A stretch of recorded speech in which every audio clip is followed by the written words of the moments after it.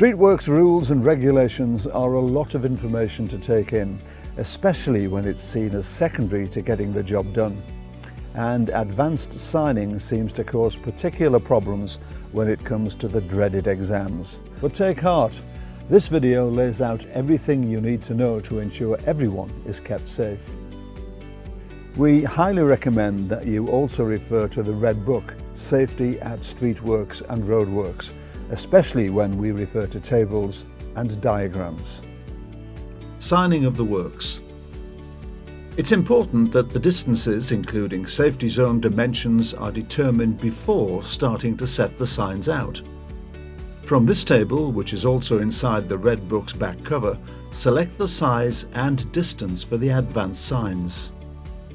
This is the basic site layout for works on a single carriageway road with a works vehicle present. If there's limited visibility on the approach to the proposed work site, for example on a bend, on a dip in the road or on the brow of a hill, you must provide extra advanced signs. These extra signs will need to be placed first. Where there's a grass verge, the signs should normally be placed there. Placing signs in the footway is permitted, but they must be positioned so as to minimize inconvenience or hazard to pedestrians, with particular consideration given to those with visual impairments, pushchairs, wheelchairs and mobility scooters. A minimum usable footway width of 1.5 metres should be maintained where possible. See page 28 for details. The lower edge of all signs should be no less than 300 millimetres from ground level, and care should be taken that signs are level, particularly if the ground is uneven. In no circumstances must the footway width be reduced below 1 metre. Where the minimum footway width of 1 metre cannot be maintained, or if the works are going to make it impossible for drivers to comply with a permanent traffic sign, you must consult your supervisor. Such signs might need to be covered or relocated. The Highway Authority must be consulted before this is done. Roadworks ahead. This is the first sign to be seen by approaching traffic. Its size, the minimum distance from the start of the lead-in taper, and clear visibility distance will vary according to the type of road and its speed limit. This table from the code's back cover gives the range of distances to allow the sign to be placed in the most convenient position, bearing in mind the available space and visibility for drivers. Do not simply choose the minimum distance. Assess each site carefully. Road narrows ahead. This sign warns the driver which side of the carriageway is obstructed. Place it between the Roadworks Ahead sign and the beginning of the lead-in taper. Make sure that the correct sign, i.e. narrows on left or right, is used. Traffic control warning signs. Include advanced signing for any traffic control systems in use. The above advanced sign should have supplementary distance plates giving the distance to the works in yards or miles, not meters. Directional arrow.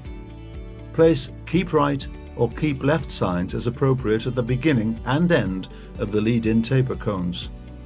These signs must be the same size as the Roadworks Ahead sign. Make sure that the signs point in the correct direction. Do not place keep left or keep right sign frames on their sides to make them point in the correct direction, as this could cause a hazard to road and footway users and may cause confusion. These signs must not be used for directing pedestrians. Advanced signs should be placed so that they are in the correct sequence, are within the correct distances as shown in the table inside the code's back cover, can be clearly seen, cause minimum inconvenience to road and footway users, are at a minimum risk of being struck by vehicles, and cannot be obscured by parked vehicles. Fixing of signing, lighting and guarding. Signing, lighting and guarding equipment must be fixed to prevent it being blown over or out of position by wind or passing vehicles. The use of equipment with built-in weights is recommended. Alternatively, you may add appropriate weights, for example sacks containing suitable granular material placed at low level. Do not use barrels, curbstones, spoil, road pins or similar objects to secure road signs and barriers. They could create a danger for highway users if struck by a vehicle. Sometimes you might have to duplicate the warning signs on both sides of the road. An example of this would be where signs on the left-hand side become obscured by heavy traffic. On dual carriageways, the warning signs may need to be duplicated in the central reservation. Always consult your supervisor for clarification. You should only cross a live carriageway on foot when traffic flows are low enough to regularly produce sufficient gaps between vehicles to allow time to cross safely. The need to place signs in the central reservation of a dual carriageway must be assessed before you proceed. You should consult your manager if in any doubt. The road width and volume of traffic at the work site might make traffic control necessary. See page 53 for details of which type of control is appropriate.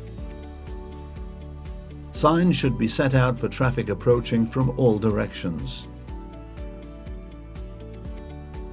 Before any works equipment is placed in the carriageway, advance signing must be provided. There are exceptions associated with works between parked vehicles. If you place a pedestrian walkway in the carriageway or create obstructions such as spoil or plant outside the working space, sign, light and guard them separately and to the same standard.